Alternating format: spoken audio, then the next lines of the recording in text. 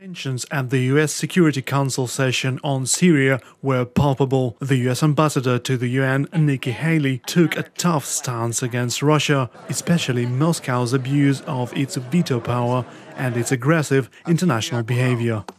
It is Russia alone that used its veto 6 times to prevent the condemnation of Assad's use of chemical weapons.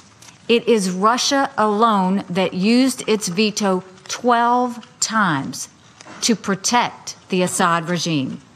And to make matters worse, it is Russia alone that had agreed to be the guarantor of the removal of all chemical weapons in Syria.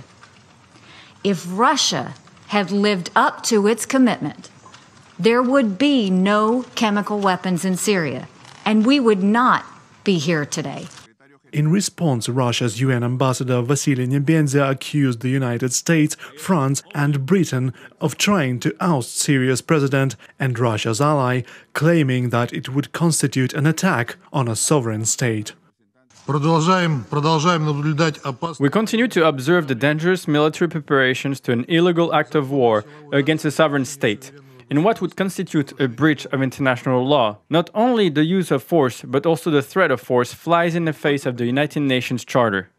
Meanwhile, the UN Security General called on the Assembly members to act responsibly. He also called for a thorough and neutral investigation into the chemical weapons attack in the Syrian city of Douma. I urge all members to act responsibly in these dangerous circumstances. And I appeal to the Security Council to fulfill its duties and not give up on efforts to agree upon a dedicated, impartial, objective and independent mechanism for attributing responsibility with regard to the use of chemical weapons.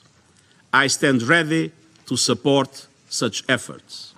Inspectors from the Organizations for the Prohibition of Chemical Weapons are due to start their work soon to determine whether banned toxins were used in Douma. Whatever the results, the diplomatic standoff is unlikely to be resolved soon.